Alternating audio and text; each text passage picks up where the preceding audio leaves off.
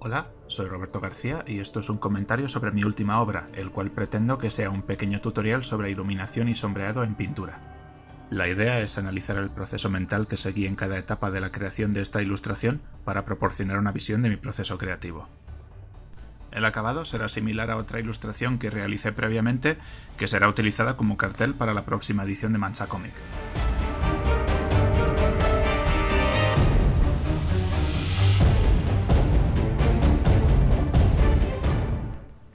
Así que vamos a comenzar. Como podréis comprobar, la obra ya está empezada. Ya tengo un dibujo de base detallando al personaje, los colores base de todas las partes del mismo y el fondo, pintado también con el mismo programa. Antes de lanzarme a pintar hago un pequeño estudio de las luces, para detallar con exactitud qué puntos del personaje quedarán iluminados y la dirección de las sombras en el mismo. En este caso, en un ambiente cerrado con iluminación halógena distribuida por todo el espacio, me decido por una luz intensa de un color verdoso, que contornea al personaje por el lado izquierdo, mientras que establezco una segunda luz de relleno, más tenue, proveniente de su mano derecha. La iluminación puede ser utilizada para llamar la atención sobre partes concretas de la obra, y en este caso se utilizará para enfocar al espectador sobre los poderes del personaje retratado, mientras que la luz de contorno termina de modelarla por el otro lado para evitar que la composición general quede demasiado oscura y se pierdan detalles. Una vez tengo el esquema de iluminación y gracias al mismo una aproximación del acabado final de la obra, comienzo por modelar las sombras usando un pincel suave en una capa con modo de fusión multiplicar, el cual oscurece los colores que pintemos al combinarlos con los de base que ya tengo. El proceso es largo, pero la idea es dar volumen al personaje oscureciendo las partes en las que la luz principal de la derecha no alcanza, llegando casi al negro en partes donde no llega ninguna de las fuentes de luz, como los pliegues de la ropa. A la hora de aplicar las sombras es recomendable no recurrir directamente al negro. En todas las escenas que se nos planteen, elementos como el suelo, las paredes, los objetos de la escena, la hora del día, tienden a teñir luces y sombras de colores concretos, por lo que recurrir a estos tonos en vez de al negro puro contribuye a mejorar la riqueza cromática de nuestras obras. En este caso, a pesar de ser un espacio interior bastante oscuro, la luz y el color del suelo producen un tono azul, por lo que emplearé un gris con ese matiz en el sombreado del personaje.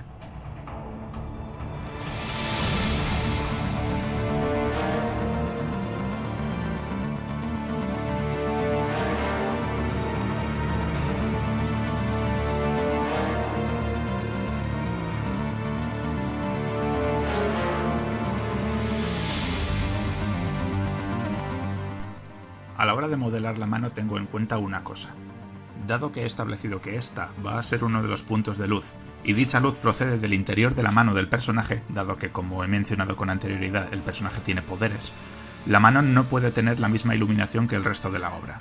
La piel humana es translúcida, pero en general dicho efecto no es observable a simple vista.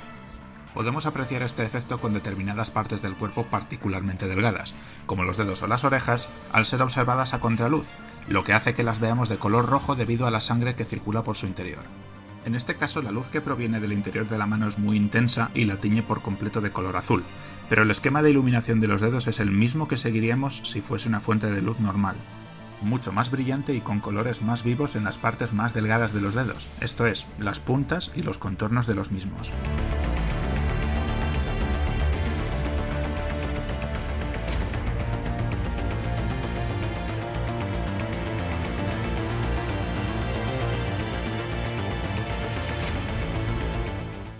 A partir de aquí el modelado de las sombras es el mismo en todo el resto del personaje, teniendo en cuenta ambas fuentes de luz pero considerando que la luz trasera es mucho más intensa que la de la mano, por lo que el tono azul de esta será mucho más tenue y por tanto se limitará a rellenar la parte en sombra del personaje.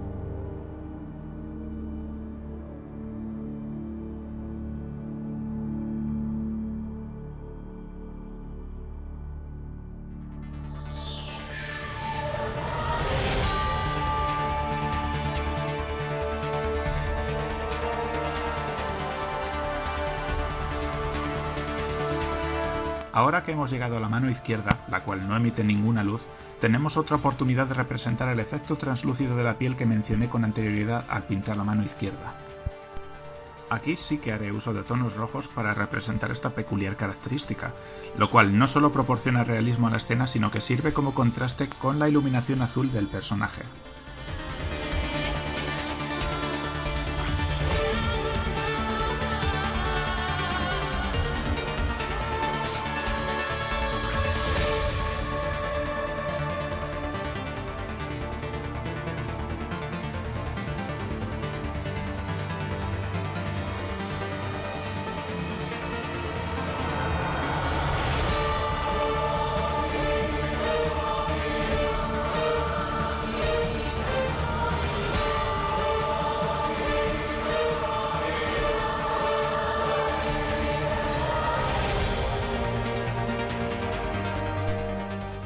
Esta misma técnica se repetirá en la cara, donde la piel más fina de las orejas, la nariz, los pómulos y la cuenca del ojo me dan la oportunidad de utilizar más tonos rojos para el modelado de las sombras.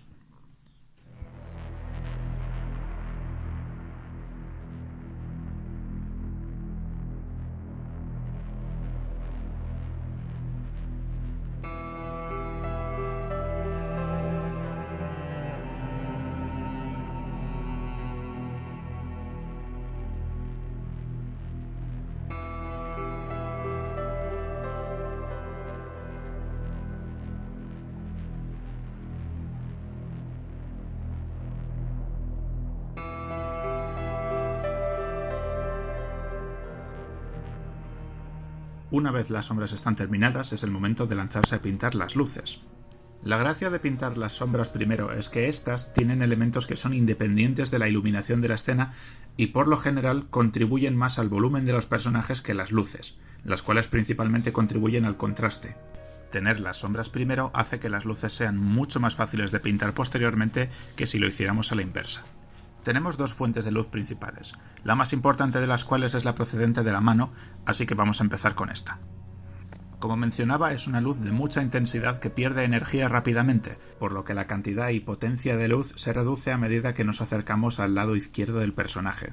En este caso, utilizo una capa en modo de fusión trama, cuyo efecto es básicamente el contrario que el de multiplicación de la capa de sombras, combinando los colores pintados con los que tenemos debajo pero aclarándolos en vez de oscureciéndolos.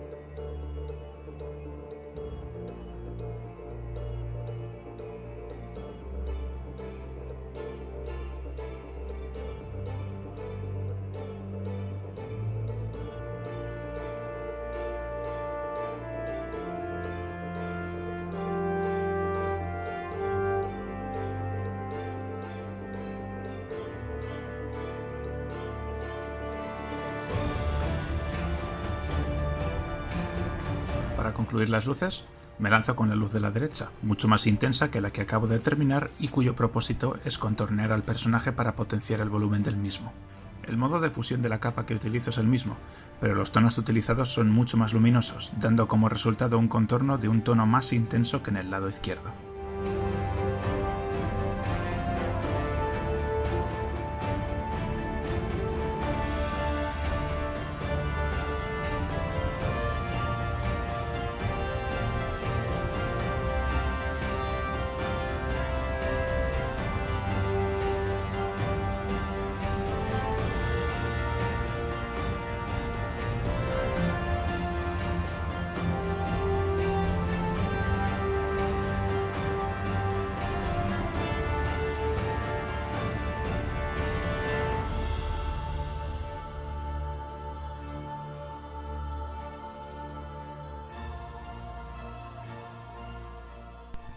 El personaje que estoy retratando tiene el cuerpo surcado de tatuajes, y estos son de hecho una parte íntegra de su historia, por lo que nos lanzamos a este proceso una vez hemos terminado tanto luces como sombras. El motivo es que una vez que tengo la representación completa del personaje y sus volúmenes, puedo pintar los tatuajes teniendo en cuenta todas las curvas y pliegues del cuerpo, de tal forma que estos se integren con todo el resto de la composición. Al pintarlos en una capa separada por debajo tanto de las luces como de las sombras, consigo que se vean tan bien afectados por ambos elementos.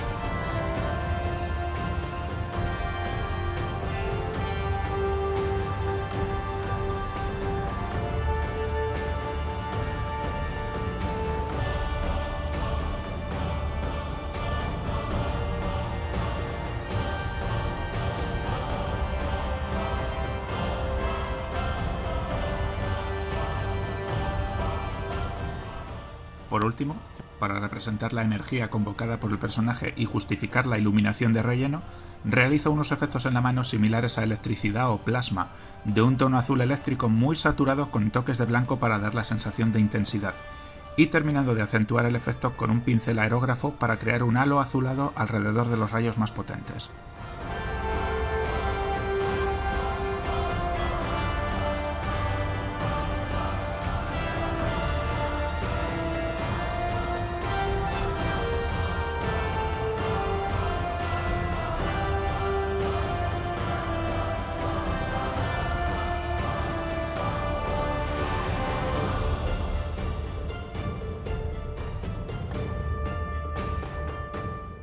Y esto ha sido todo.